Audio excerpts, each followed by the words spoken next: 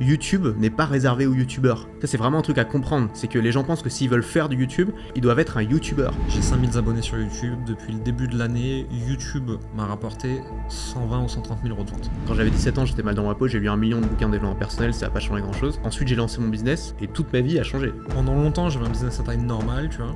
Et il y a plein de gens qui me ghostaient. Et ces mêmes gens maintenant viennent m'envoyer des messages. Eh, salut, quoi de neuf? Faudrait qu'on mange ensemble.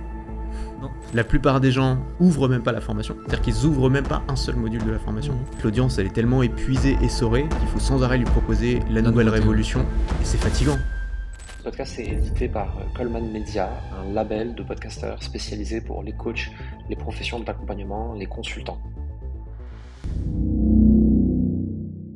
Est-ce qu'on peut encore se lancer dans la formation en ligne en 2023 avec la concurrence? Bien sûr. Et que ça fait 10 ans qu'on pose la question. Ouais. Et moi, ça fait 10 ans que je suis là, et ça fait 10 ans qu'il y a des gens qui sont là, et ça fait 10 ans qu'il y a des gens qui se lancent et qui cartonnent. Bien sûr. Pourquoi il y a du coup autant de gens qui pensent... J'ai l'impression que tu l'as sur tous les médiums et sur tous les business models, que chaque année, tu as soit des journalistes, soit des gens qui vendent autre chose, qui te disent c'est saturé, ça marche plus. Ouais. Jusqu'à ce qu'il y ait un mec qui arrive, qui fasse les choses différemment et qui casse tout. Mais tu sais que juste le terme de requête, moi j'ai une vidéo qui s'appelle Comment créer une formation en ligne. Ouais. Elle a fait 20 000 vues en 4 ans, tu vois, ce qui est bien. Elle est rankée numéro 1, alors que c'est une vidéo que j'ai tournée à l'arrache avec mon iPhone, face cam pendant 15 minutes. Ouais. Et le terme de... Enfin, la recherche sur cette requête est faible. Alors qu'on a l'impression que tout le monde fait des formations aujourd'hui. Mais ça reste encore quelque chose où la consommation de formations en ligne est énorme aujourd'hui. Et il n'y en a pas tant que ça. Il n'y a pas tant que ça de gens, j'ai l'impression, qui créent des formations en ligne ou qui s'intéressent en tout cas à en créer. Pour beaucoup de gens, ça reste très intimidant. J'ai l'impression aussi qu'il y a certaines thématiques qui sont surreprésentées. Business, santé, perte de poids, amour et tout ce qui va autour, les big three du marketing, hein. Health, wealth, relationship. Et que tout le reste, alors qu'il y a des trucs stratosphériques à faire, tout le reste est sous-représenté. Et qu'il y a beaucoup de gens aujourd'hui qui se disent si je peux pas créer dans le make money ou dans la séduction, en fait ça sert à rien de me lancer parce que je gagnerai pas d'argent, quoi. Alors que les hobbies, tu sais comme moi que c'est le plus grand hack du monde, quoi. Tu te lances dans un petit hobby où il y a zéro formateur, où les gens sont absolument pas habitués au marketing, aux techniques du web. Tu te lances là-dedans, mais il y a des gens, ils font des chiffres de fous furieux, quoi. Là, il y a une pub qui diffuse beaucoup sur YouTube en ce moment, sur apprendre le piano. Je sais pas si tu l'as vu passer. Non. En gros, c'est t'as pas YouTube Premium. non, moi je voulais voir la pub. Moi je voulais voir. C'est un ancien pianiste de concert, ultra showman, etc. Et en gros, la pub, c'est l'ancienne façon d'apprendre le piano n'est plus la bonne. Voici ce que vous pouvez atteindre avec la nouvelle. Ouais. Et en gros, il montre tout fait 4 accords. Semaine 1, vous saurez faire ça. Semaine 4, vous saurez faire ça. La pub est ultra bien foutue. Ouais. C'est des Français qui ont tourné et qui diffusent au niveau marketing, alors que le mec, c'est un Anglais. La pub, elle est en train de générer derrière des millions de ventes sur apprendre le piano. On connaît tous les deux des gens dans le tricot qui ont de beaux business. Aux États-Unis, sur apprendre à faire des voitures de course avec des caisses de savon, il y a des beaux business. Ouais. Sur tous les hobbies, il y a des business extraordinaires et pour autant, tout le monde se lance encore dans toutes ces niches ultra classiques et ultra prisées, quoi. Mais tu vois, je pense aussi que c'est psychologique. C'est que quand tu te lances dans le business ou la séduction, tu es intéressé par le marketing, par la psychologie, parce que c'est ça en fait le business. C'est de la persuasion, c'est du copywriting, c'est des thématiques qui se croisent. Et si tu es passionné par le tricot ou le tuning, il y a peu de chances que tu sois passionné par le marketing. Ouais, et donc si tu arrives à t'intéresser à avoir les deux compétences, c'est là que tu peux faire des merveilles. Qu'est-ce que tu as vu comme domaine type hobby qui ont fait des beaux business derrière? Et alors beau business, tout est relatif, on s'en fout, pas forcément besoin que ça ait fait 10 millions, hein, mais qui ont fait des trucs sympas. Le premier qui m'avait choqué, c'était un mec qui était dans le jazz manouche. Vraiment, t'es dans la niche de la niche, quoi. Ouais, c'est trop et le mec, première formation, c'était en 2014-2015, tu vois. Première formation, il fait 30 000 euros avec une petite formation sur le jazz manouche, tranquillement. Il est tout seul, il y a zéro concurrence sur Internet. Voilà. Fou. Et ensuite, j'en ai rencontré plein d'autres comme ça. Et ils veulent pas tous qu'on balance leur thématique, évidemment. Mais c'est vrai que plus ça a l'air éloigné du monde du web et du marketing, généralement, plus ça marche. Je pense que c'est une notion de sophistication de marché. Tu sais, donc Eugène Schwartz avec Breakthrough Advertising, ce livre qui est un des plus extraordinaires de business et pourtant le plus illisible du monde. Ouais. Et où il explique vraiment que c'est les sophistications de marché, où en gros, plus les prospects sont exposés à du marketing, plus ils deviennent méfiants. Et en fait, je pense que dans tous ces domaines-là, ils n'ont pas été exposés. Et donc le moindre marketing, même pas très bon, hein, fait tout de suite des ventes, quoi. Ouais. Et tu peux aller plus lentement. Parce que tu vois, dans les domaines business, ça va de plus en plus vite en fait. Ouais. C'est sans arrêt, il faut trouver la nouvelle opportunité, le nouveau truc, le dropshipping, les NFT, les cryptos, les machins, l'IA maintenant. Et en fait, avant ça changeait tous les 5 ans, ensuite tous les 3 ans, maintenant tous les 2 ans. Bientôt ça va changer tous les 6 mois. Parce qu'en fait, l'audience elle est tellement épuisée, essorée, qu'il faut sans arrêt lui proposer la nouvelle révolution. Ouais. Et c'est fatigant. Alors que quand t'es dans le jazz manouche ou dans le tricot, bon bah ça change pas en fait. Tu peux je pense vraiment que tu peux faire une carrière comme des auteurs à l'époque. Tu peux faire une carrière pendant 40 ans en racontant la même chose et avec le même marketing. Pourtant, à côté de ça, des positionnements comme le tien, comme le mien, comme d'autres qu'on connaît, on est sur un truc, un vieux truc qui marche encore. Faites-le bien, faites-le doucement. Et j'ai l'impression que ça trouve quand même encore son public, tu vois, justement dans ce monde de suragitation, de nouvelles opportunités permanentes, que ça trouve encore son public. Ouais, j'ai l'impression que tu vas faire moins de pics, tu vas être moins remarquable sur le court terme, mais sur le long terme, tu vas quand même te faire un nom. Tu vois, toi, tu fais pas énormément de vues par vidéo, mais j'ai l'impression que tout le monde te connaît dans l'industrie, tu vois. Dans ma toute petite niche, oui. Tu t'es fait un nom. Ouais. Et moi, c'est pareil, tu vois. À mon échelle, c'est pareil. Je suis pas du tout une star, il y a plein de mecs qui font beaucoup plus de vues que moi, mais dans mon domaine, tout le monde me connaît. Et ça, c'est un truc qui m'intéresse, tu vois. Me dire, est-ce qu'on peut justement, sur le long terme, se faire un nom, croître petit à petit, plutôt que faire un braquage et disparaître. Il y a quand même pas mal de gens qui sont connus pour ça, pour avoir vraiment fait un braquage. Tout le monde parlait que d'eux pendant 1 an ou 6 mois. Ils ont fait des millions avec leur premier lancement et ensuite plus rien, quoi. Et ça, moi, ça m'intéresse pas. On le voit chaque année sur le marché. Moi, je le vois dans mon domaine où ils crament quand même encore beaucoup plus de publicité que les autres, puisque derrière des plus gros produits, donc c'est plus facile à rentabiliser, tu vois. Et chaque année, j'ai l'impression qu'il y a un mec qui arrive, qui met 50 à 100 000 balles de pub par mois, qui rafle tout le marché avec sa boîte dans une juridiction avec 0% d'impôt, qui prend ses 3-4 millions de cash en 2 ans, qu'on ne voit plus jamais, soit parce qu'en fait, il s'en foutait de ce métier-là, soit parce qu'en fait, un scaling à cette vitesse, c'est insupportable humainement. Et en fait, les mecs, ils font des burn-out et ils arrêtent tout, quoi. Ouais, c'est un vrai sujet. Après, t'en as qui arrivent à faire un braquage et à rester ensuite. Et ça... Pas beaucoup, hein. Pas beaucoup, mais tu vois, ceux qui arrivent, c'est le must, c'est l'idéal. Mais c'est vrai qu'il vaut mieux ne pas tenter le braquage et aller doucement et durer et croître, même en termes de santé mentale, c'est quand même beaucoup plus sain, tu vois, de croître progressivement, plutôt que d'un coup d'être une superstar et ensuite de passer tout le reste de ta carrière à essayer de réatteindre ses objectifs sans les atteindre, quoi. Ouais, complètement. Après, on a quand même de plus en plus sur le marché francophone de têtes d'affiche qui restent, qui sont stables, tu vois, qui ont peut-être des fois fait une croissance rapide, mais j'ai l'impression qu'on a de plus en plus de piliers dans nos métiers, que ce soit l'industrie de coaching, l'accompagnement. Quand je dis on, c'est vraiment tout ce qui est e-learning au sens large, tu vois. On a de plus en plus de piliers par thématique, par médium, tu vois. On a le numéro 1 de la formation qui vient vers le podcast, du blog, des réseaux sociaux, de la pub. Et ça, je trouve ça simple parce que les nouveaux entrants, ils vont pouvoir se reconnaître dans différentes figures, différents styles, différents trucs.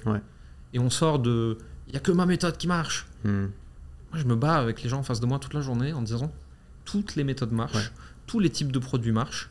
La question, c'est qu'est-ce que vous allez aimer faire pour pouvoir le faire longtemps ». Complètement, il y a plein de manières de faire le métier.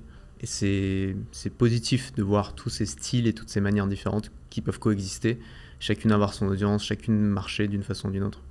Complètement. Aujourd'hui, il y a souvent un grand débat sur Internet, un peu de débat stérile d'ailleurs, mais sur petits produits ou gros produits très chers. Tu vois, low ticket, high ticket, 97 ou 5000. C'est quoi ton opinion là-dessus ? Bah, moi, j'ai toujours été team petit produit, parce que c'est ce qui a toujours marché pour moi et parce que pour moi, c'est beaucoup plus fun à faire. C'est hop, t'as une idée, ou tu viens de tester un truc qui cartonne, tu dis ok, je vais en faire un produit, je vais le packager, tu trouves un nom, tu trouves un titre qui claque, tu trouves une image qui illustre le produit. Ensuite, tu construis ton produit et ensuite, tu le lances la semaine suivante, quoi. Et tu peux tester immédiatement, voir si ça marche, en récolter les fruits très vite. C'est très excitant. Et moi, ce que je préfère avec ce modèle-là, c'est qu'en termes d'apprentissage, c'est énorme. Quand tu lances une formation tous les 15 jours ou tous les mois, tu apprends énormément. Tu as des produits qui bident, tu as des produits qui cartonnent, tu peux les comparer, tu peux faire plus ensuite de produits qui marchent, moins de produits qui ne marchent pas, tu peux tester différents types de lancements. Tu es moins forcé à faire à tout prix le truc qui a été prouvé, approuvé 600 fois, parce que si tu te foires, c'est la fin du monde et tu as foiré ton année, quoi. Donc pour moi, c'est un gros capital apprentissage. Après, on est d'accord que c'est pas la seule méthode qui marche. Il y a plein de gens qui cartonnent avec des gros produits. Et je pense aussi que c'est une question de taille d'audience et de niveau d'audience. Moi, j'ai une audience qui est assez large, mais qui va pas forcément mettre des fortunes. C'est parfait des produits à 200 €. À côté, tu as des gens qui ont, comme toi, tu vois, qui ont une audience peut-être plus petite, mais des gens qui sont très qualifiés et qui peuvent mettre beaucoup d'argent. C'est beaucoup plus pertinent dans ce cas-là de faire du coaching ou de faire des gros produits très chers, quoi. Je pense que ça dépend aussi d'un certain horizon de temps, tu vois. Moi, j'ai toujours dit aux gens qui arrivent chez moi, qui me posent la question, avec des petits produits ou avec des très gros produits, si tu mets le travail qu'il faut pendant 5 ans, tu peux faire 1 million de serres, on s'en fout, tu vois. La question, c'est quels vont être tes enjeux la première année, et c'est pas les mêmes en fonction des deux, c'est pas le même métier, c'est pas la même façon de faire, mais tu peux atteindre, entre guillemets, les mêmes sommets avec les deux, en fait. C'est pas... mais c'est vrai que le fait que c'est pas le même métier, t'as tellement raison, et je pense que faites ce que vous avez envie de faire. En fait. Moi, j'ai jamais eu envie de faire des gros produits, ou même de faire du coaching, parce que c'est un autre métier. Je pense pas être excellent dedans. Moi, j'ai besoin d'avoir des résultats rapides et j'ai pas une grosse patience. Et donc, moi, ça m'enthousiasme pas. Et c'est des choses que j'ai de gros risques d'abandonner au milieu, tu vois. Alors que les petits produits, c'est cool, c'est fun et tout. Il y a des gens, c'est exactement l'inverse. Ils préfèrent travailler très longtemps pour produire un gros truc qui est parfait, qui est bien fini et tout, le lancer en grande pompe. Dans ce cas-là, faites des gros produits. Donc, c'est presque deux métiers différents. Je suis d'accord avec toi. J'ai l'impression que les petits produits, c'est presque plus un métier de créateur, d'explorateur, d'expérimentation, de jeu. Tu sais, j'ai des idées, je teste des trucs, je joue, etc. Le gros produit, c'est plus... je suis entrepreneur, je crée une entreprise, mais je suis plus entrepreneur que créateur, tu vois. Ouais. Et c'est pas du tout péjoratif. Moi, quand je le dis, tu vois, il n'y a pas de nivellement. Pour moi, c'est juste pareil, deux métiers différents, tu vois. Et j'ai l'impression que les petits produits, c'est particulièrement adapté par quelqu'un qui peut-être aurait aimé être youtubeur, journaliste, instagrammeur ou quoi, mais qui aime bien avoir de l'argent quand même. Et donc en fait, qui monétise son envie de faire du contenu. Ouais, après il y a un truc aussi de...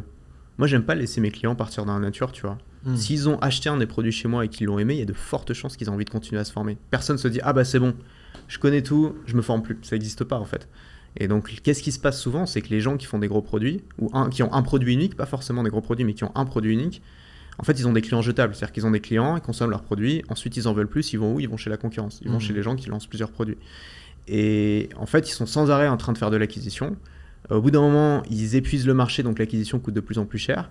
Et ils risquent en fait de plus être rentables. Et c'est pour ça que tu vois des gens qui ont toujours eu un seul produit, qui se mettent au bout de quelques années à en lancer d'autres, parce qu'ils se rendent compte qu'en fait, c'est trop con de perdre leurs clients, alors que tout le monde sait que c'est beaucoup plus facile de revendre à un client existant que de vendre à un client qui ne te connaît pas, quoi.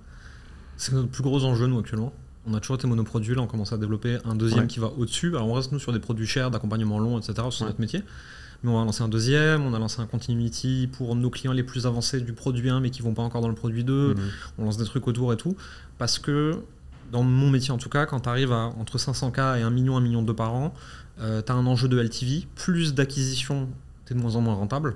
Et donc il faut voir comment amener plus loin tes clients existants. Tu vois. Et c'est exactement ma problématique du moment. Que j'aurais pas eu avec 50 produits, c'est sûr et certain. Et tu vois, tu crées un écosystème quand tu fais ça. Tu prends Apple, quand quelqu'un achète un iPhone, ça s'arrête pas là en fait. Apple lui propose tous les services qui vont avec, l'Apple TV, l'Apple Watch, le Mac, l'iPad. Et en fait, à partir du moment où tu as de la totale, où tu as l'iPhone, l'Apple Watch, tu as tous les services, tu as ta bibliothèque photo qui est sur iCloud, etc. Tu changes plus. Changer d'iPhone, mais c'est même plus pensable, quoi. C'est un enfer. Parce que tu es loqué dans l'écosystème, quoi. Et ben, je pense que c'est un peu, on peut reproduire un peu ça avec la formation. C'est-à-dire quand tu proposes une batterie de méthodes aux gens qui te suivent, à partir du moment où ils ont commencé à se former avec tes méthodes qui sont toutes cohérentes et complémentaires les unes avec les autres, c'est très difficile de dire ok, j'abandonne tout ça et je pars sur la batterie de méthodes de quelqu'un d'autre, quoi. Donc tu crées aussi un effet d'écosystème qui, je pense, est puissant sur le long terme. Et moi, j'ai pas une très grosse acquisition, mais j'ai des clients qui sont chez moi depuis 5 ans et je vois leur nom encore passer dans les... À chaque fois que je lance un nouveau produit, et il y a ce côté rassurant. Et il y a des gens qui ont dépensé, même si je vends des produits à moins de 200 € la plupart du temps, j'ai des gens qui ont dépensé 3 000, 4 000, 5 000 € chez moi, sur les années en fait, sur le long terme. Et qui sont plus faciles à satisfaire en dépensant 4 000 sur 200 par 200 que quelqu'un qui aurait dépensé une seule fois 4 000 chez toi. C'est ça, ouais. Et si demain, tu lances une offre à très haute valeur, ou tu vends un séminaire, ou un voyage, ou un mastermind, ou un truc, tu peux être sûr que ces clients qui ont déjà dépensé 3 ou 4 000 € chez toi, qui te suivent depuis 5 ans, ils vont être là, quoi. Ils vont être là, ils vont être prêts à acheter. Complètement. Mais je pense qu'on a dit quel était l'enjeu clé, ça dépend de quel métier tu veux faire, en fait. Ouais. Et dans mon métier, tu fais plus d'accompagnement, consulting, coaching, conseil que de création. Dans ton métier, tu fais plus de création, moins de conseils. De toute façon, toi, tu commences avec plusieurs produits, moi avec un seul, mais on finit tous les deux avec plusieurs produits. Ouais. De toute façon, l'acquisition sera un enjeu. En fait, on va faire exactement le même chemin, j'ai l'impression, sur 10 ans. Tu vois. C'est juste qu'on le prend par d'autres bouts en fonction des métiers qu'on aime, quoi. On va finir l'inverse, tu penses? Genre toi tu vas faire plus que des petits produits, puis moi je vais faire des gros accompagnements. Dans mon métier, le petit produit, en vrai, si on dit la vérité aux gens, il sert à diluer les coûts d'acquisition pour tes prospects pour les gros produits. Okay, ouais. Tu vois, c'est au lieu de faire de la lead generation en pub où tu cherches à choper des emails, Tu cherches à choper des clients de petits produits qui te coûtent certes plus cher à acquérir, mais qui sont plus susceptibles d'acheter le gros. Ouais, je vois. Les Américains, et je pense à l'époque à Traffic and Funnel, ils faisaient des petits produits en porte d'entrée, et derrière ils avaient des trucs de 5 000 à 100 000. Mais alors comment tu fais? Parce que, tu vois, tu dois mettre de l'énergie. Moi, ce qui me saoule, c'est d'avoir des rendez-vous dans mon calendrier, tu vois. Et donc me dire, si je vends un produit à 5 000 €, bah, je sais bien que je peux pas juste enregistrer une formation et puis débrouillez-vous, quoi. Il faut que je sois là, il faut que je sois présent, il faut que je puisse répondre aux questions des gens, il faut que je fasse des lives, des zooms, des machins. Et moi, c'est plus ça, en fait, qui me refroidit. Je vois pas comment je pourrais faire du gros produit sans faire ça. Après, on pourra parler de la forge après, qui est une forme de gros produit. Mais voilà. En fait, moi, avoir des rendez-vous comme ça tout le temps dans mon calendrier, j'aime pas ça non plus. Mais en fait, quand j'ai commencé, j'étais seul, mais j'étais au début de mon aventure entrepreneuriale, donc j'aimais encore avoir mes clients toutes les semaines. Aujourd'hui, à force de devoir répéter la même chose encore et encore et encore, j'aime moins. Mais j'ai mis une équipe qui répond à ma place. Okay, ouais. Et moi, je vais une fois par mois, ou des fois un peu plus, faire des lives pour mes clients, où je vais essayer de leur apporter mes nouvelles compréhensions, un peu d'inspiration, où je vais leur parler d'argent, je vais leur parler de comment on grandit, où je vais leur parler de leur blocage. Et en fait, là, je viens comme un créateur chez eux. Tu vois. C'est plus moi qui réponds à leurs questions quotidiennement, parce que je suis plus la meilleure personne pour le faire. En fait, je suis trop loin d'eux. Donc, tu as formé tes équipes à tes méthodes pour qu'ils puissent la transmettre pour toi. Ouais, exactement, au fur et à mesure, tu vois. Et c'est comme ça que je peux le faire aujourd'hui. Mais si au début, j'adorais coacher, aujourd'hui, ça dépend des sujets. Tu vois. Sur des sujets qui m'intéressent en ce moment, je peux toujours rapporter des choses dessus. Mais quand on me pose une question sur un sujet que j'ai traité moi il y a 5 ans, je suis passé en fait dans la compétence inconsciente. Je sais plus que je sais, tu vois. Et donc en fait, la personne me demande, et mon réflexe, c'est putain, il est con, quoi. C'est terrible, ça, ouais. Et non, il est pas con, en fait. C'est juste qu'il n'a pas encore trouvé la réponse, lui. Mais du coup, quand je commence à me dire ça face à une question client, c'est que je suis plus la bonne personne pour répondre. Ouais. Tu sais, des trucs tout cons. Il y a un mec qui fait une vidéo avec son téléphone. Il se met dos à une fenêtre, on voit pas sa tronche, tu vois. Et toi, tu dis, mais tu l'as pas vu qu'on voit pas ta tronche, ça se voit à l'image, tu vois. Et en fait, je me rappelle de mes premières vidéos, c'était pareil. Ouais, moi aussi. Et en fait, tous les micro petits détails qu'on apprend en faisant des milliers de vidéos sur les années, on les théorise pas. On n'y pense pas, c'est juste, ça vient progressivement. Et donc, quand tu demandes à quelqu'un qui a jamais fait de vidéo de sa vie de faire une vidéo, ça va être dégueulasse, ça va ressembler à rien. Et tu vas pas savoir pourquoi, tu vas pas savoir quoi leur dire, parce que pour toi, c'est devenu une évidence, quoi. Ouais, c'est ça. En fait, c'est-à-dire que toi, quand tu regardes le truc, c'est évident qu'il n'y a rien qui va, mais tu sais pas dire précisément qu'est-ce qui va pas.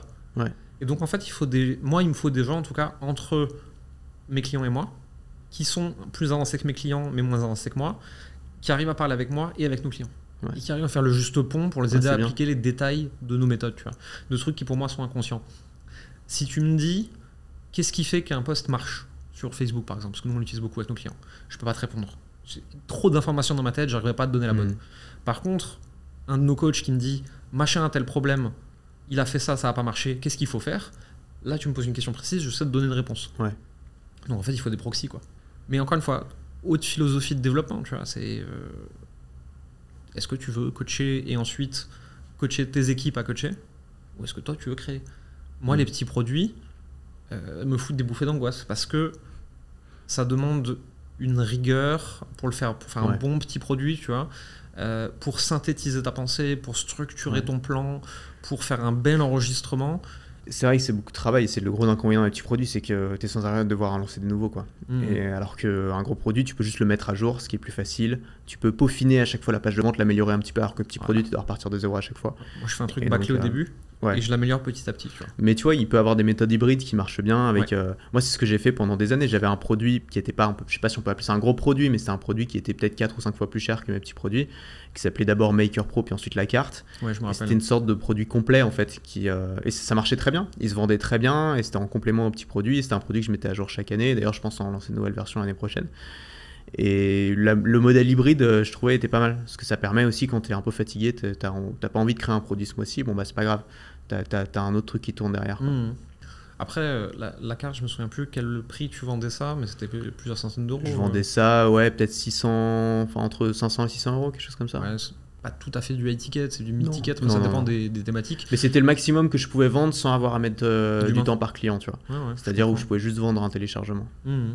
Intéressant. On en voit de plus en plus d'ailleurs de gens qui ont commencé avec des petits produits, que ce soit en organique comme toi tu le fais, ou avec des funnels complexes, et qui se rendent compte qu'à un moment c'est pas trop mal d'avoir ce genre de produit derrière, tu vois, sans aller jusqu'à du étiquette, parce que ça nourrit tout l'écosystème en fait. Mais ouais, écosystème d'offres, t'as tout dit là-dessus, c'est le plus important. En 2020, la carte tu l'as passée en gratuit à un moment. Ouais. Et ça a été un truc colossal de téléchargement, il me semble. Ouais, plus de 20 000 téléchargements. Ce qui m'a énormément aidé en fait, parce que ça m'a apporté plein de nouveaux emails, parce qu'évidemment tous les gens qui l'ont téléchargé se sont inscrits à ma liste email.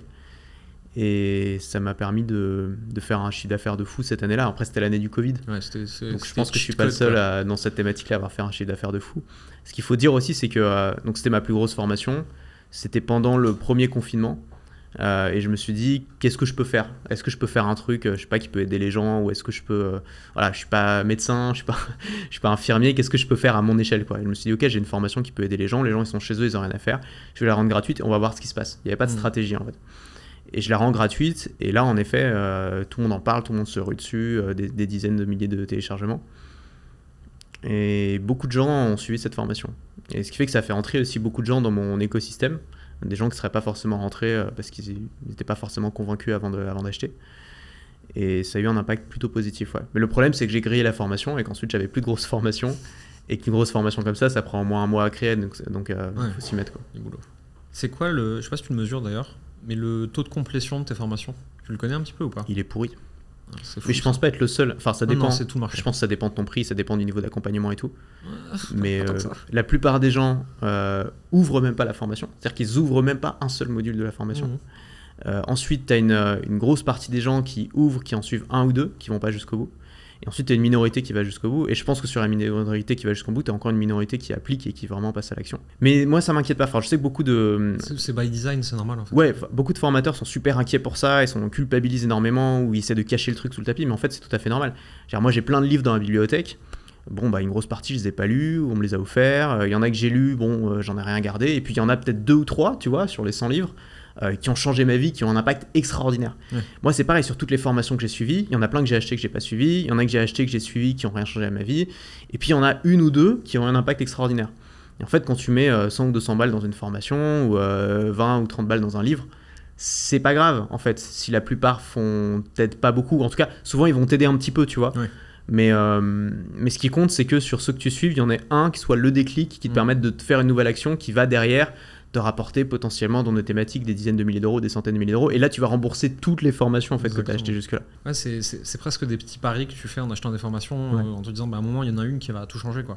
Enfin, tout changer. Me faire avoir un déclic qui va être l'amorçage de tout changer. Après, je suis pas sûr que c'est une question de prix. J'ai regardé récemment et j'étais choqué. Tu vois. On a un produit plus avancé que les autres qu'on vend 15 000 euros. C'est beaucoup d'argent. Ouais. Dedans, on a des clients qui viennent régulièrement au coaching, qui posent des questions, qui avancent, qui ont des résultats, etc. Et souvent, je leur dis, regarde tel module, va voir tel truc. Et l'autre fois, par curiosité, je me suis dit, tiens, je vais aller voir le taux de complétion de la formation. 3%. Sur un produit à 15 000 euros, les gens, en moyenne, ont regardé 3% des modules.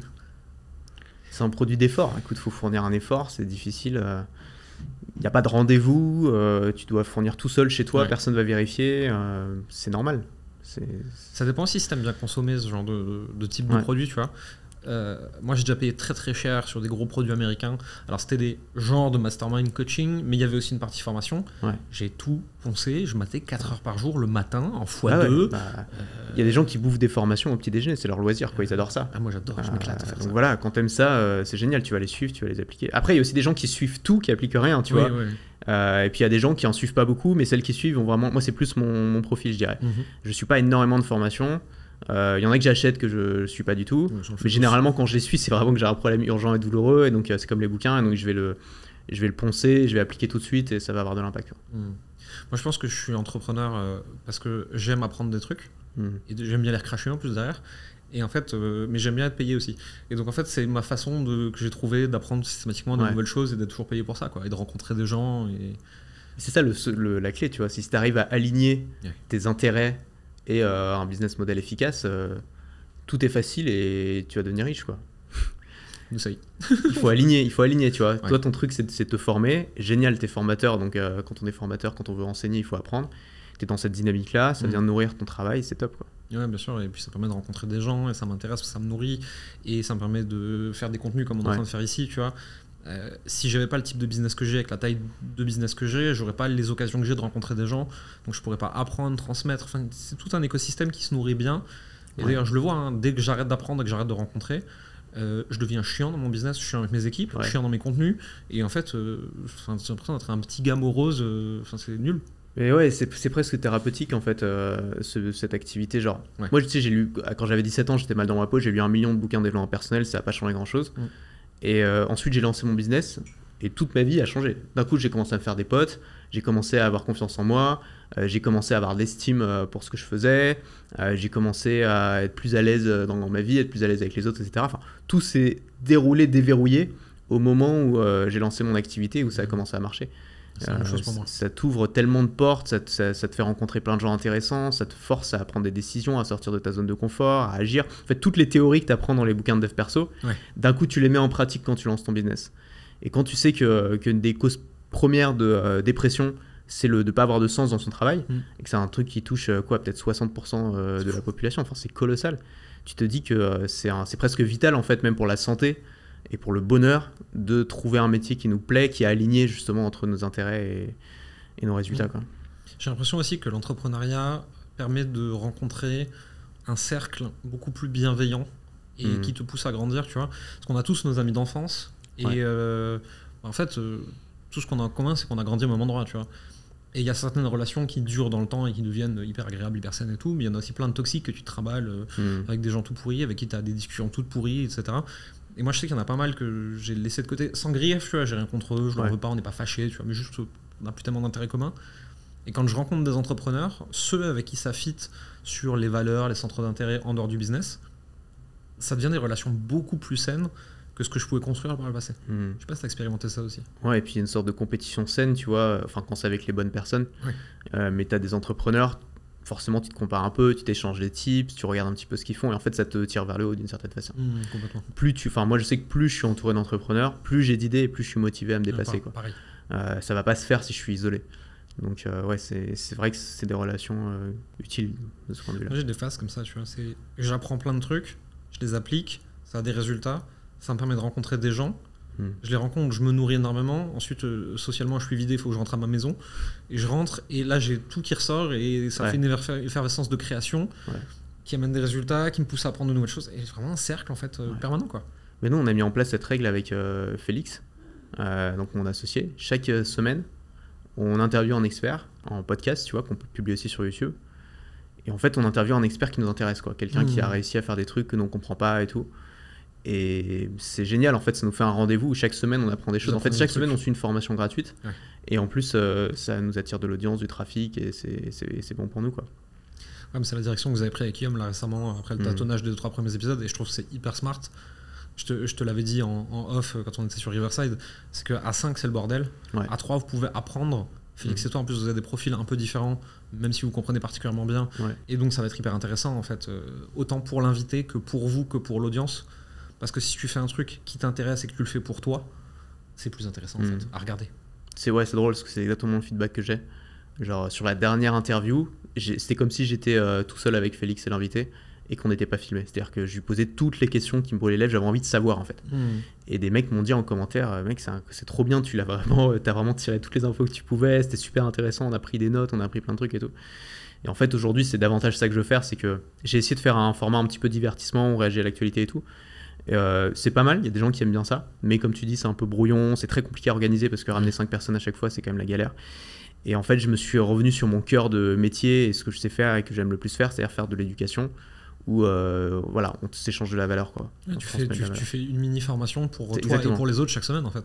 Exactement. Tu as repris juste ton cœur de métier. C'est ma stratégie YouTube, mini formation. Chaque vidéo est une mini formation. J'ai écouté celui que vous avez fait avec Aline sur les podcasts. J'ai pas encore écouté l'autre, mais ouais, hyper intéressant, tu vois. Parce que pareil, moi, le podcast, c'est un truc, je regarde de loin, j'aime bien, j'y vais plus. Bon, en fait, j'ai pas la rigueur, et puis j'ai la diffusion, c'est casse-couille, etc.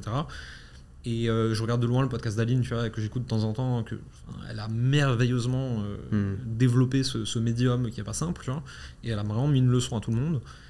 Et du coup, quand elle t'explique tout, et que toi, tu es là avec Félix pour poser les bonnes questions, pour creuser, parce que toi, c'est un truc que tu as utilisé, mais tu l'as pas développé comme elle, donc tu sais quelles questions tu as envie de poser, quelles questions l'audience a envie que tu poses.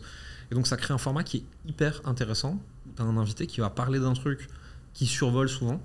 Et là, tu vas l'amener à aller en profondeur. C'est hyper bien foutu. Moi, j'ai bien aimé, en tout cas. À part les petits produits, vous avez développé avec Félix, donc avec qui tu es associé, quelque chose qui s'appelle La Forge. Est-ce que tu peux un peu nous expliquer ce que c'est d'abord, et ensuite la réflexion de pourquoi vous avez décidé d'aller dans cette direction-là? Ouais. Alors, La Forge, c'est quoi? C'est un cercle d'entrepreneurs qu'on a cofondé avec Félix. Le but, c'est avant tout de décharger les entrepreneurs de toutes les tâches administratives et rébarbatives pour qu'ils puissent se concentrer sur leur croissance. Donc on fait ce que Félix fait pour moi depuis des années et qui m'a apporté une valeur de fou. Il le fait pour moi aussi. C'est ouais, pour toi aussi, c'est vrai. Qui est de gérer tout ton administratif, envoyer tes documents comptables, gérer le lien avec les comptables, s'occuper même du support client et de tout un tas de choses comme ça. Et on a décidé d'ajouter aussi une partie un petit peu sociable avec les talents qui nous rejoignent. C'est-à-dire qu'on organise des voyages chaque année avec eux pour qu'ils soient en immersion totale. Là, on lance une sorte de mastermind où chaque mois, on va se retrouver sur un Google Meet pour échanger, pour se poser des questions, répondre, etc. Et le but, c'est de progresser ensemble. Et en fait, on a créé un alignement entre nos intérêts et leurs intérêts. C'est-à-dire qu'on se rémunère, c'est pas un abonnement, ça coûte rien pour nous rejoindre. On se rémunère en prenant 10% du chiffre d'affaires. Donc, si nos talents réussissent, on gagne plus d'argent. Si nos talents ne réussissent pas, on perd de l'argent. On ne prend pas de part dans la boîte, comme ça ils restent libres. On veut qu'ils restent chez nous parce qu'ils sont satisfaits. Et puis nous, on raisonne plus en termes de cash flow qu'en termes de participation. Et donc voilà, on a lancé ça. On est ultra sélectif sur les clients parce qu'on veut vraiment miser sur les bons chevaux, quoi, les gens qui vont vraiment réussir. Donc on a pris 2 clients pour l'instant, là on est en train d'en prendre un 3e.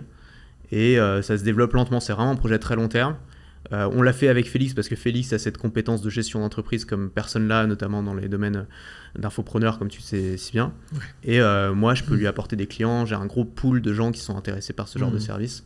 Et donc voilà, c'est venu assez logiquement en fait. C'est hyper intéressant. Et surtout, si tu prends des entrepreneurs qui débutent plus ou moins ou même débutent plus, hein, et que tu leur enlèves toute la charge mentale de tout ce que Félix gère, c'est fou. Moi, quand j'ai relancé ma boîte de zéro après séparation avec mon associé il y a 2 ans et demi, la première chose que j'ai fait, j'ai contacté Félix, je fais s'il te plaît, prends-moi comme client. Je veux pas gérer ces merdes, je les comprends pas, je les maîtrise pas, ça me bouffe le cerveau, le moindre courrier me fait cogiter pendant une semaine, je veux pas savoir. Et aujourd'hui, Félix, avec sa boîte, donc, gère tout chez moi et me sollicite que quand vraiment il faut que je sois là, quoi. Et du coup, je peux me concentrer sur le produit, sur la croissance, sur l'audience, sans stresser de toutes les réglementations qui sont pas nos métiers en fait. Mais tu sais que ce qui est fou, c'est que en France, on considère que créer une entreprise, c'est avant tout l'administratif et ensuite de la création de la stratégie. Et moi, par exemple, j'étais dans une école de commerce qui était censée être spécialisée dans l'entrepreneuriat. Notre plus grosse matière, celle où on avait le plus d'heures de cours, c'était la compta. Et moi, je m'arrachais les cheveux. Je me disais, mais en fait, j'ai pas envie. Moi, j'ai envie d'être entrepreneur. J'ai pas envie d'être comptable. J'ai pas envie de passer ma journée à faire de la compta. Il doit bien avoir une solution. Et pareil, tu vas voir les aides pour les entrepreneurs débutants et tout. C'est qu'on va vous aider à faire votre compta, à faire vos papiers, vos déclarations, etc. Et en fait, on a déjà tellement de trucs à gérer à côté de ça. Tu crées une entreprise, quoi. C'est-à-dire, tu crées une nouvelle valeur pour le monde qui n'existe pas. C'est colossal comme travail. Qu'est-ce qu'en plus tu vas t'embêter à essayer de faire des documents pour pouvoir payer tes impôts correctement, alors que tu vois, c'est un boulot que l'État pourrait faire à ta place, ou j'en sais rien. Déjà, t'es sympa de payer, t'es client de l'État, en plus il faut que tu fasses tout le boulot. Moi, c'est ça qui me dérangeait, c'est que je veux bien payer, il n'y a pas de souci, mais je veux pas en plus faire le boulot pour m'assurer que je paye bien ce qu'il faut, c'est pas à moi de le faire. Et donc Félix, c'était une révélation. Je sais que tous les entrepreneurs ne recherchent pas forcément ça, mais si pour tous ceux qui sont allergiques administratifs, c'est de bouffer d'air frais. J'envoie en story Instagram toutes les semaines. Week-end compta, on rattrape le retard et t'as des piles de papier. T'as pas mieux à foutre le week-end. Paye quelqu'un. C'est l'horreur. Moi, j'ai une règle, c'est que je vais jamais dans ma boîte mail. Genre, j'ai 2 boîtes mail. J'ai une boîte professionnelle et une boîte perso. Ma boîte professionnelle, je ne l'ouvre pas.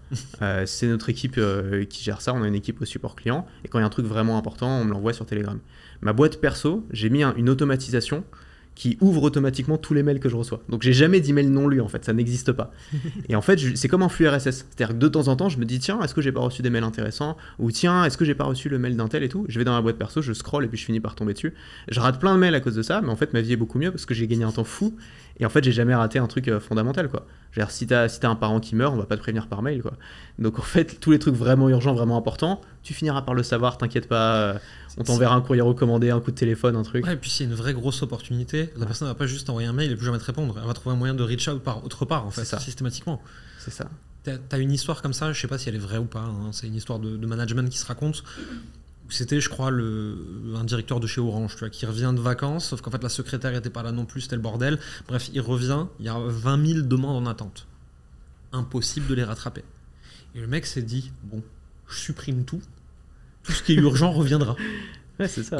Et l'histoire dit que, je sais pas si c'est vrai, qu'effectivement tout ce qui était urgent est revenu dans les 24 heures en fait. Parce que ça attend des réponses rapides. Et du coup, tout le reste n'était pas urgent, pas important, ou était du spam, et il n'a pas eu à traiter 20 000 emails.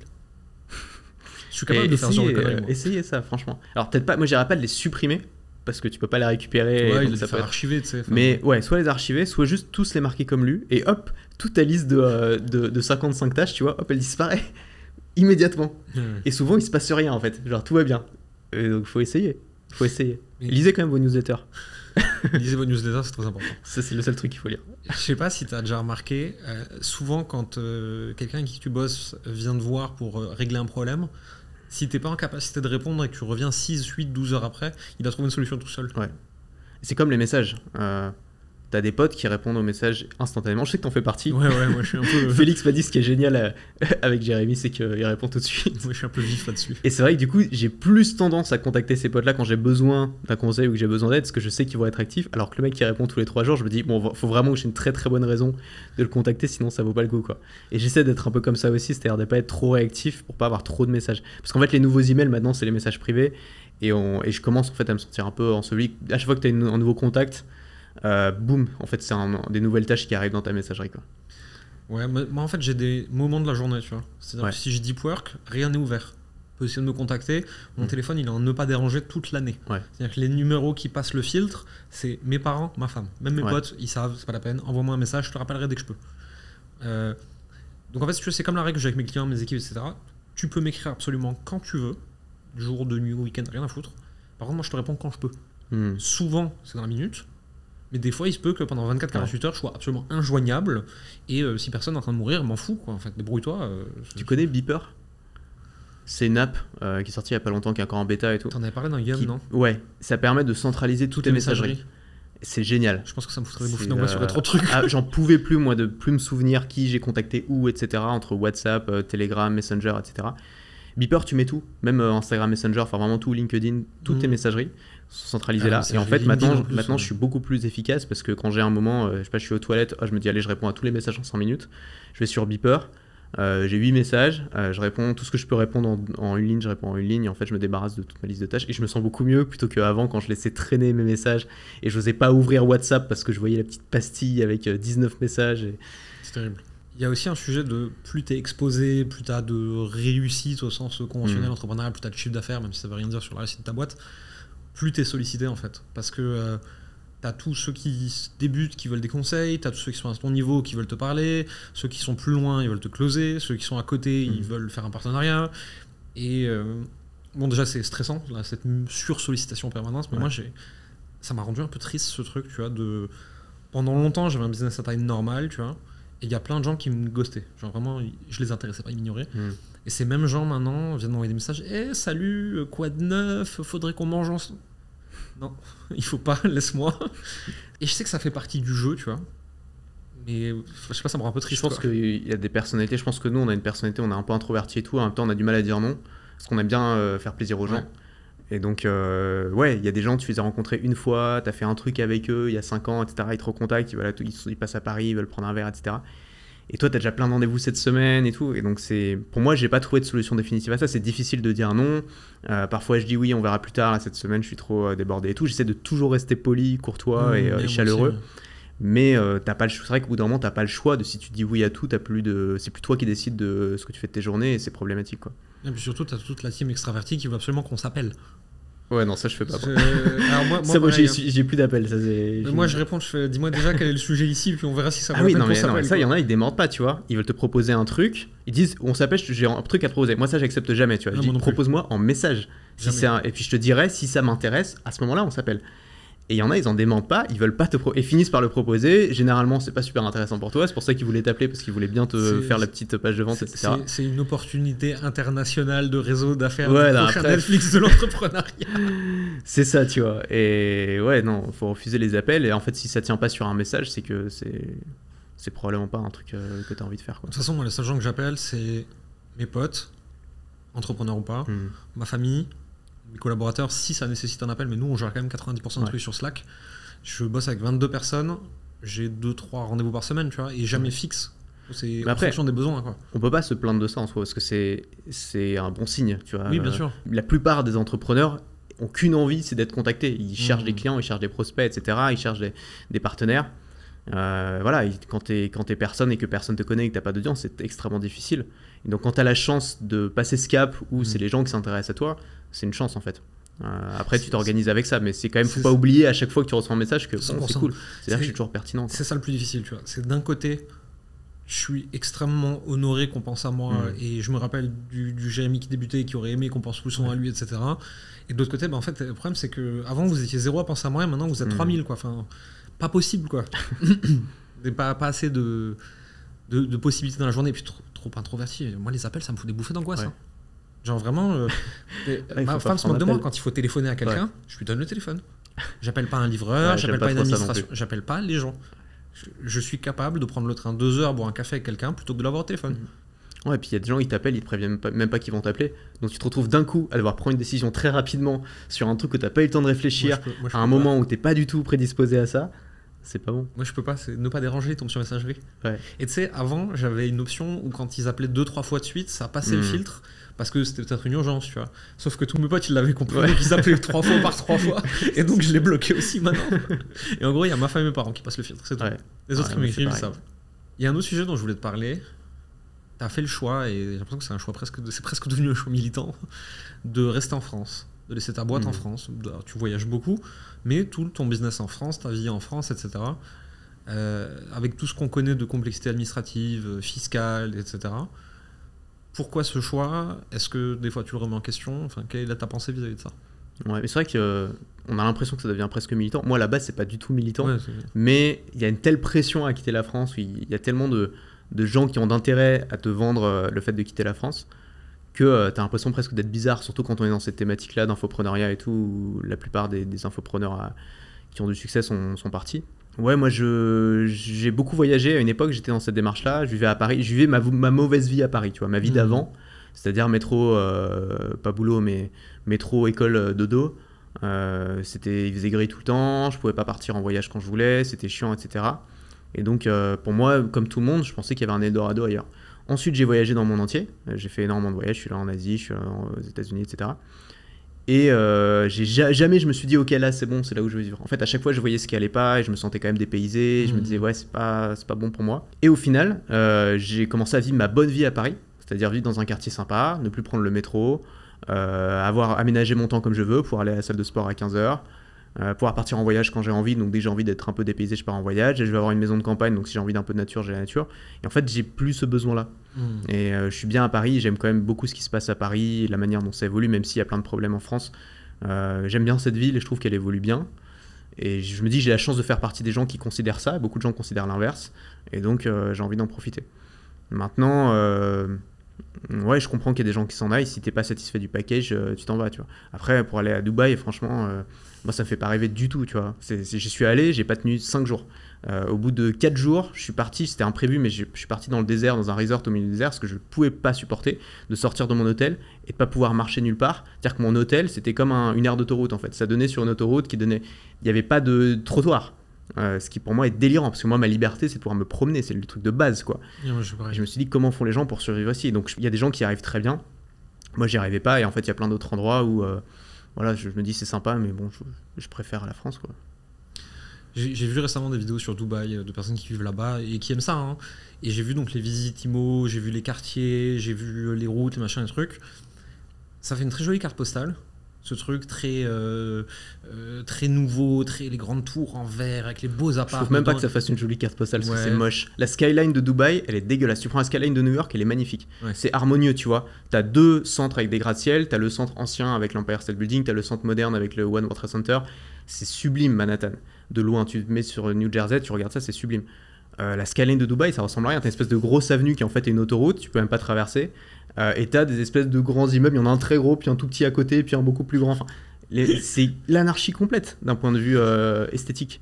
Après, t'as le Burj Khalifa qui est extraordinaire, ça je suis d'accord, c'est super impressionnant. Mais en fait, t'enlèves le Burj Khalifa, Il n'y a pas une seule carte postale potable de Dubaï. Tu prends même les espèces de palmiers vus du dessus là, ils sont à moitié déconstruits. En fait, finalement, il n'y avait plus le budget, donc ils les ont pas finis. Enfin, ça ressemble à rien. Ils en ont fait un, puis un autre beaucoup plus gros à côté qui sont jamais.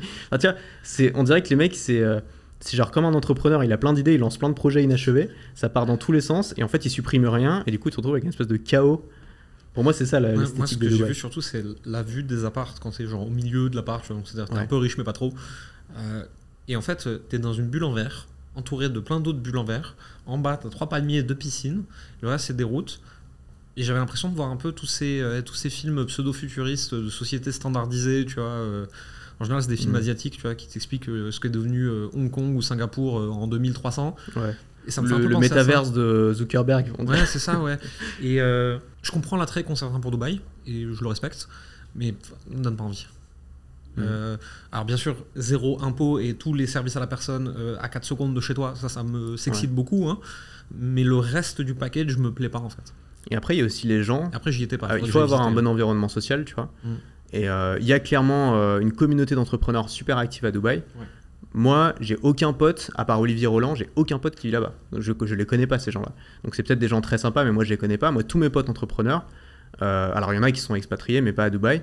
Et la plupart en fait sont en France maintenant, et je me fais un nouveau réseau de jeunes infopreneurs qui sont super cool, que j'aime beaucoup, avec qui on fait des activités et tout. Là on va à Disneyland lundi, tu vois, marrant. Cool. Et en fait ils sont en France et voilà, il y a ça aussi, ça compte vachement. J'ai la même chose moi, tous mes potes entrepreneurs, alors j'en ai quand même quelques-uns qui sont à Dubaï, tu vois, mais en fait je les vois à des masterminds ou des events le reste de l'année. Ouais. Et sinon tous mes potes entrepreneurs ils sont au Pays Basque où je vis, à Toulouse, à Bordeaux, à Paris, à Strasbourg. J'en connais dans tous les pays, hein, mais j'en connais un ou deux, quoi. Ouais. Et je sais pas si je voudrais cette vie-là. Et après, d'autant plus, tu vois, je suis marié, je vais avoir un enfant, je me pose d'autres questions qu'avant. Je pense que si aujourd'hui, j'ai 25 ans, je suis célibataire et je suis en train de commencer à faire du cash, je sais pas si je vais à Dubaï, mais je vais dans un pays avec quasiment pas d'impôts, je grind, je fais du cash, et ensuite je me pose d'autres questions. Mais en fait, vu que moi, la réussite entre guillemets professionnelle, je l'ai eu plus tard, à un moment de ma vie où j'étais déjà plus ancré, j'ai d'autres considérations, tu vois. Et ouais, ça me fait chier de payer une tonne d'impôts pour un pays qui déconne à plein de points, mais en fait la vie de famille que je veux avoir aujourd'hui, je vais pas forcément la retrouver comme je la veux dans un pays optimisé fiscalement pour faire du cash, quoi. Ouais, il y a ça, il y a les familles, les enfants, où est-ce qu'ils vont aller à l'école, etc., quels amis ils vont avoir, c'est super important. Mais de toute façon, moi j'encourage les gens à tester. Il faut essayer. Moi, si j'avais pas voyagé autant, j'aurais probablement toujours ce rêve dans un coin de ma tête de s'expatrier. Et je pense que si les gens ont vraiment ce rêve-là, il faut qu'ils le testent au moins une fois dans sa vie. Sinon, ils vont être frustrés, quoi. Qu'ils le testent, qu'ils voient si c'est pour eux, qu'ils voient s'ils arrivent à se construire une vie à l'étranger, ou si le problème c'est vraiment ça, ou s'il n'y a pas un autre problème sous-jacent sur lequel ils devraient travailler. Mais quand on a la liberté de pouvoir le faire, moi je suis d'accord avec l'idée qu'il faut exploiter cette liberté, tenter ses aventures. Et c'est comme ça qu'on sait, quoi. Moi j'ai essayé plein de pays, hein. J'ai vécu en Géorgie, je suis allé voir du côté de l'Estonie, du côté de Malte, États-Unis, Canada, j'ai pas trop fait un peu, j'ai fait l'Asie, j'ai essayé plein de trucs, tu vois, et jusqu'ici, en fait, c'est pas que je trouve que la France est extraordinaire et le meilleur endroit du monde, c'est que pour l'instant, c'est là où je me suis senti le mieux. Ouais. Et donc en fait, aujourd'hui, je suis en France, je reste en France, et je vais pas aller dans un endroit moins bien pour payer moins de taxes, ça me conviendrait pas, tu vois, et le but de gagner de l'argent, c'est pour faire ce que tu veux. C'est pas devoir aller dans un endroit que t'aimes moins pour avoir plus d'argent, t'en fais quoi? C'est super. Moi quand j'étais en Géorgie, c'est bien, on avait plein d'argent, on n'en faisait rien. Donc c'était triste. Maintenant par contre, peut-être dans un mois ou dans 20 ans, je serai ailleurs, tu vois, j'en sais rien. Mais pour l'instant, je suis bien en France. Je pense que la philosophie c'est ça, c'est où est-ce que t'as envie de vivre, tu vois. Ouais, bien sûr. T'as Hormozy qui disait ça, qui disait quel est l'intérêt de gagner plus si c'est pour être dans un endroit que t'aimes pas. C'est quoi la suite pour toi maintenant? Bah écoute, la suite, développer la forge. Je me suis remis sur YouTube avec une stratégie que j'avais en 2012 et que j'ai complètement lâché entre-temps et que j'aurais pas dû lâcher. C'est la stratégie de faire des vidéos optimisées pour le référencement et la recherche. Je me suis rendu compte que 30% de mon trafic venait de la recherche et que j'avais rien fait pour ça depuis 5 ans. J'ai fait en fait des vidéos au hasard. Genre à une époque, je faisais des vlogs au Costa Rica. Il y a un vlog que j'ai appelé Comment créer un vlog, où j'ai aidé mon pote à faire son vlog. Et le truc, ça avait bidé quand j'ai lancé. C'était 10 sur 10 sur YouTube.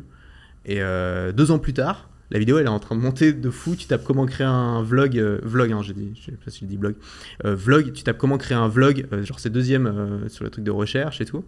Ça me rapporte plein d'abonnés. Et je me dis, mais putain, si j'avais fait que ça enfin, si j'avais fait beaucoup plus de ça pendant les 3 dernières années, avec des bons appels à l'action dedans, avec des bons lead magnets derrière, aujourd'hui, je gagnerais 100 à 200 nouveaux inscrits faciles tous les jours sans rien faire. Et je me dis, en fait, ça me plaît. Je me suis beaucoup amusé avec les Reels et avec les Shorts l'année dernière. Le problème de ça, c'est que ça peut cartonner sur le court terme, mais ça va jamais marcher sur le long terme. Ouais, ça se pérennise pas. Ça se périme extrêmement vite. Et donc, tu es toujours en train de devoir en créer des nouveaux. Vidéo YouTube, je me dis, c'est intéressant, tu plantes des graines. Il y en a, ça va rien donner. Il y en a, ça va donner des petits arbustes. Et puis, il y en a, ça va donner des grands arbres qui vont te rapporter des fruits toute l'année. Et ben, ça, c'est enthousiasmant. C'est comme les actions à dividendes. Tu vois, il y a des mecs qui adorent ça parce que voilà, tu fournis l'effort au début, puis ensuite, tu récoltes les fruits. Bah, c'est un peu pareil avec cette stratégie YouTube et je me rends compte qu'il n'y a pas... Alors c'est évidemment tout le monde connaît, enfin tous les gens qui connaissent un peu le SEO connaissent, il n'y a rien de nouveau. Mais il n'y a pas tant de créateurs de contenu qui font ça. Et je pense que la raison pour laquelle il n'y en a pas tant qui font ça, c'est qu'il faut être patient, c'est chiant, c'est très frustrant au début parce que c'est des vidéos qui bident sur le court terme. Et parfois ça met 2 ans avant de commencer à décoller, ce qui est vraiment délirant. J'ai exactement eu ça. Mais en fait, je me suis rendu compte que moi j'aimais bien faire ça. C'est-à-dire que j'aime bien faire une vidéo sur quel est le meilleur micro, tu vois. C'est un truc... En fait, je pense qu'on peut transmettre une grande philosophie par une petite porte. Et que beaucoup de gens, ils ont des grandes idées, que ce soit des idées politiques ou des idées sur la société, etc. Ils ont envie tout de suite de les proclamer à tout le monde en s'imaginant que tout le monde va les acclamer, que tout le monde va adorer. Ou ils vont sortir un bouquin en espérant que ça va être un best-seller et tout. Je pense que c'est une stratégie la plupart du temps qui te mène à être un artiste maudit et à être incompris et à être frustré. Moi, ce que je veux faire, c'est entrer par la petite porte. C'est-à-dire, je crée des petits tutoriels pratiques, des petites formations, etc. pour les gens qui ont envie de se former dans une niche. Mais dans ces petits tutoriels, j'en profite pour transmettre des idées qui sont beaucoup plus larges et qu'ils vont pouvoir utiliser comme des outils dans leur vie au quotidien. Et c'est comme ça en fait que j'essaye maintenant de construire une audience. Donc avec une optique beaucoup plus long terme, je n'essaie pas de jouer sur le buzz, je n'essaie pas de jouer sur l'actualité, mais je plante des graines, j'essaie de transmettre le meilleur contenu que je peux dedans, d'habituer les gens à mon style de formation, à mon style de pédagogie, pour qu'ils aient envie de s'inscrire et d'acheter. Hyper intéressant. J'ai eu la même chose. Il y a 2 ans, j'ai fait pendant quelques mois une série de vidéos un peu SEO, tu vois. Comment devenir coach, comment trouver des clients en coaching sur Facebook, les 5 choses que j'aurais à savoir avant de devenir machin. Et vraiment, c'était une catastrophe en termes de vues. Et là, je regarde l'autre jour, j'en ai une qui a plusieurs milliers de vues. Moi, ma chaîne, elle a 5000 abonnés, donc c'est beaucoup. Qui me ramène des clients, alors que j'y ai pas touché depuis 2 ans à ce truc, tu vois. Et te dire que ben ouais, je vais semer des petites graines, c'est exactement la méthode que j'ai décrite. Et te dire il y en a certaines qui vont devenir des grands arbres dans quelques années. C'est long, c'est frustrant. Celui qui a merveilleusement bien réussi ça, c'est Alexandre Cormon dans la séduction, dans l'amour. Et c'est vraiment sa stratégie, lui. C'est une vidéo par jour, SEO, des bonnes vidéos sur des requêtes, et tu fais ça tous les jours de ta vie pendant des années. Mais à un moment, t'as plus rien à faire. Ton business il tourne tout seul. Il faut une patience. Et t'es moins dépendant de la publicité aussi. Et en fait, YouTube est stable. Je ferais pas ça ailleurs que sur YouTube. YouTube est stable, quoi. YouTube apporte toujours du trafic. YouTube récompense toujours, même si tu postes rien pendant 6 mois sur ta chaîne et tu te remets à poster. À partir du moment où tu refais des vidéos qui sont pertinentes par rapport à la recherche ou à ton audience, en fait, YouTube va continuer à te montrer. C'est un algorithme qui est très très bon et rationnel et sain. TikTok, c'est un peu terrible. Tu peux faire 1 million de vues sur une vidéo, puis le lendemain, tu fais 1000 vues, tu sais pas pourquoi. Et puis d'un coup, tu t'es complètement... tu fais plus aucune vue, tu sais pas pourquoi. Enfin, tu peux pas monter un business là-dessus, quoi. YouTube, pour moi, c'est le truc le plus. Ça reste une plateforme, donc t'es pas chez toi. Donc évidemment, il faut récupérer les emails et tout. Mais pour moi, c'est la plateforme la plus stable. C'est au niveau de Google. Si tu as un blog, tu veux référencer ton blog, quoi. Mais même YouTube Ads est beaucoup plus stable que le reste, par exemple que Meta Ads. YouTube Ads est très dur à faire fonctionner. C'est assez professionnalisé quand même. Hein. Donc la concurrence, elle est solide et tout. Mais une fois que tu y arrives, ça bouge pas. Le truc, c'est un paquebot. Meta Ads, 10 € t'es rentable, 20 € t'es rentable, 50 € t'es rentable, 70 € t'es rentable, 150 t'es rentable, 155 ta campagne s'effondre, elle ne remontera plus jamais, tu sais pas pourquoi. Bienvenue chez Facebook. J'ai trifouillé mes campagnes Facebook là l'autre jour. On dépensait 750 € par jour, il y a des campagnes qui nous convenaient plus, on a descendu à 400. Du jour au lendemain, plus rien qui marchait en Business Manager. Une pub qui tournait depuis 1 an et demi, refusée. Genre Facebook m'a puni d'avoir baissé le budget, tu vois. Et ça, c'est Facebook, tu vois. Et c'est pour ça que l'organique est très, très important, surtout à long terme quand tu veux stabiliser ton business. Et surtout, le modèle de Meta, il est beaucoup moins stable. Et toi, au moment où tu as partagé les chiffres de vente que tu faisais via YouTube par rapport au nombre d'inscrits que ça t'apportait, avec Heroes, c'était délirant, non? Donc là où on enregistre, on est en septembre 2023. J'ai 5000 abonnés sur YouTube. Depuis le début de l'année, YouTube en first touch m'a rapporté 120 ou 130 000 € de vente. Et Instagram, 30-40 000. Avec 5000 abonnés, quoi. 5000 abonnés, ouais. Et avec concrètement 10 vidéos qui font vraiment du trafic, tu vois. Et vraiment du trafic, plus de 1000 vues. Ouais, et tu vois, c'est du trafic qui est hyper qualifié parce que si c'est des gens qui recherchent une solution à leur problème, ils tombent sur toi. Donc c'est pas des gens qui scrollent et hop, ils tombent sur un truc divertissant et t'arrives à catcher un peu leur attention. Non, ils sont dans une démarche active en fait.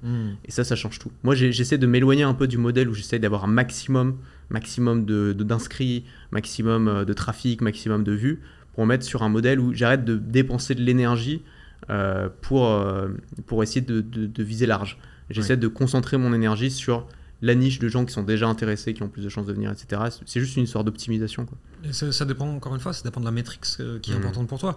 Ton but, c'est pas de devenir MrBeast, en fait. Ouais. En fait, ouais, c'est ça, mais c'est super important ce que tu dis.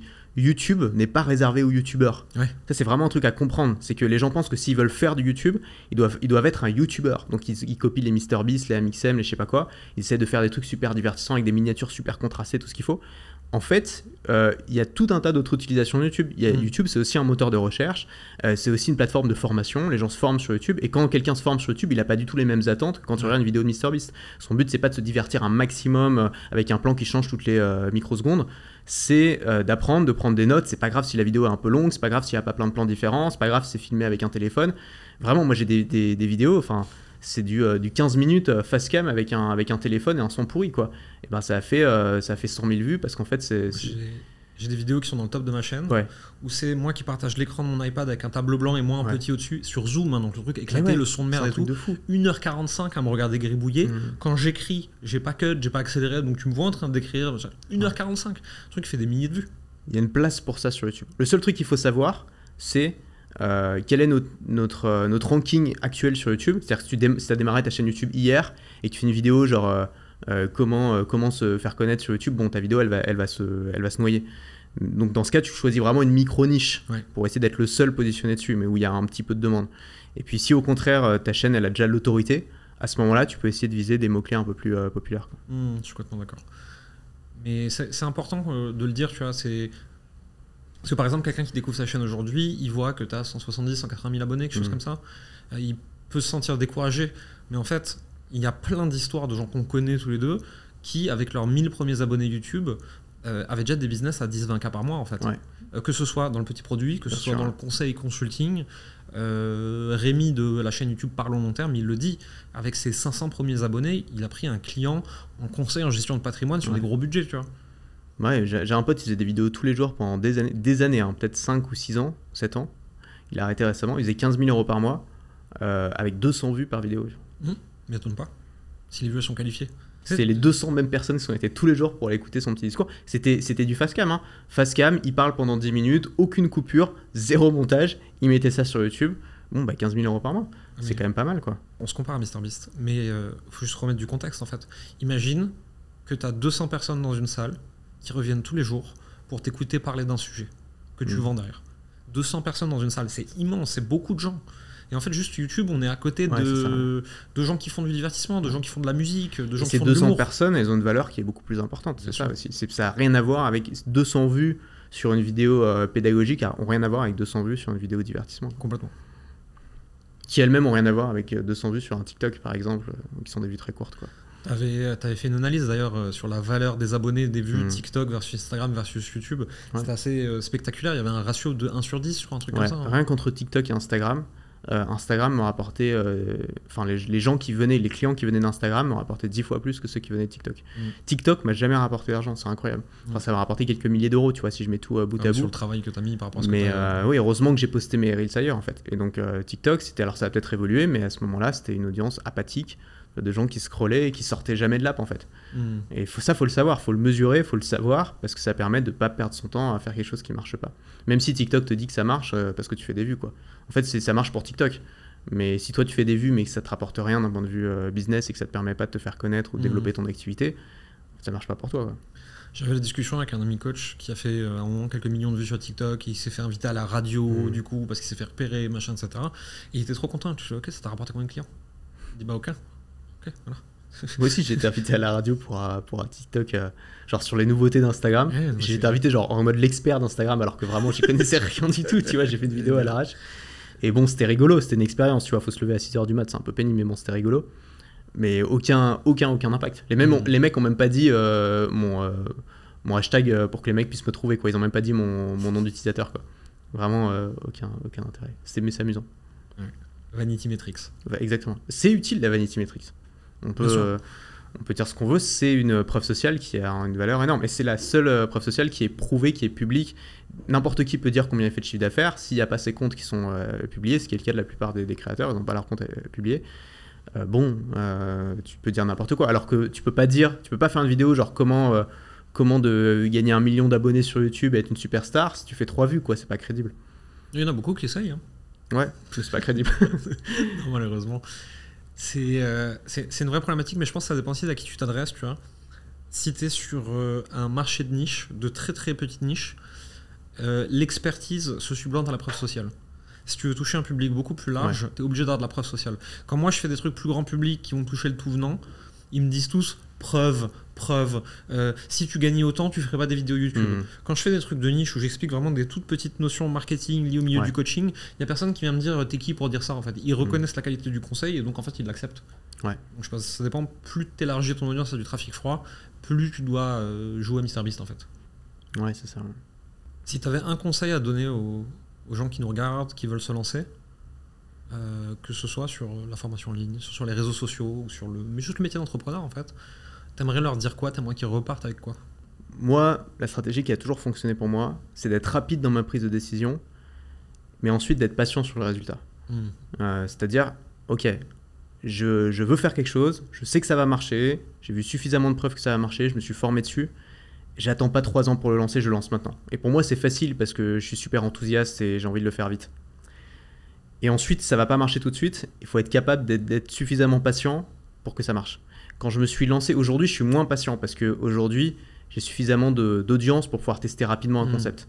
Mais quand je me suis lancé, j'en avais pas. Et donc, les premiers trucs que j'ai fait, c'était un peu des coups de bâton dans le haut. Je pouvais pas vraiment m'assurer que ça marche. C'était aller grappiller de l'audience à droite à gauche sur les forums, sur les trucs. C'était faire mes premières vidéos YouTube qui faisaient pas beaucoup de vues. Mais j'ai trouvé le moyen, si tu veux, de le tenir et de le faire pendant suffisamment longtemps pour que ça finisse par marcher. Moi, j'ai commencé à gagner ma vie sur Internet 3 ans après m'être lancé, ce qui est quand même beaucoup. Aujourd'hui, il y en a qui le font beaucoup plus rapidement que ça. Après, j'étais pas pleinement investi dedans pendant ces 3 ans, j'étais étudiant à côté et tout. Mais quand j'y repense, je me dis heureusement que j'ai pas abandonné, quoi. Heureusement que j'ai pas changé d'avis parce que je vois pas quel autre métier je pourrais faire qui me rendrait plus heureux que celui-là. Donc voilà, mon conseil, ce serait ça. Ce serait il y a des gens qui ont des overnight success. Mais il y a aussi des gens qui mettent 3 ans, 4 ans, 5 ans, 10 ans avant que ça marche et qui ensuite construisent un truc dont ils sont très fiers et qui marche très bien. Et donc il faut être capable c'est pas évident, mais il faut être capable de sentir ça et d'avoir la patience, quoi. On voit beaucoup avec Internet d'overnight success, tu vois, et en fait c'est des conneries. Tu regardes Hormozy actuellement qui a popé là en un an, il y a plus d'1 million d'abonnés, tout le monde le voit, c'est le dieu Hormozy. Aussi, il fait du business depuis 15 ans. Ouais, bien sûr. Ça fait 15 ans, il a eu 3 business différents, il a monté, planté, erreur, pas erreur. Ses contenus YouTube, les premiers, il date d'il y a 2 ans, et à un moment, il a décidé d'y mettre les efforts nécessaires pour rendre ça à grand public, tu vois. Mais... C'est le résultat de 10 ans de travail. Tu sais, il y a je sais plus qui c'est qui a dit ça, mais tu sais, il y a 10 ans de travail pour un overnight success, tu vois. Alors c'est ça, en fait. It took me 10 years to become an overnight success. Exactement, tu vois. C'est-à-dire tout le monde de l'extérieur a l'impression que tu es un overnight success, mais en fait, il voit pas toute l'expérience que tu as eu avant. Ça peut être via des succès ou via des échecs, d'ailleurs. Mais en fait, tout ça, ça construit ce que tu vas faire plus tard. Moi, j'essaie de donner cette réponse aux gens qui me disent « Ouais, toi, t'as réussi vachement vite. » Ma dernière boîte, et puis vachement vite, c'est 2 ans et demi, tu vois. Mais en fait, mon premier projet d'Internet, 2012. Juste, je suis un papy, quoi. Enfin... Ouais.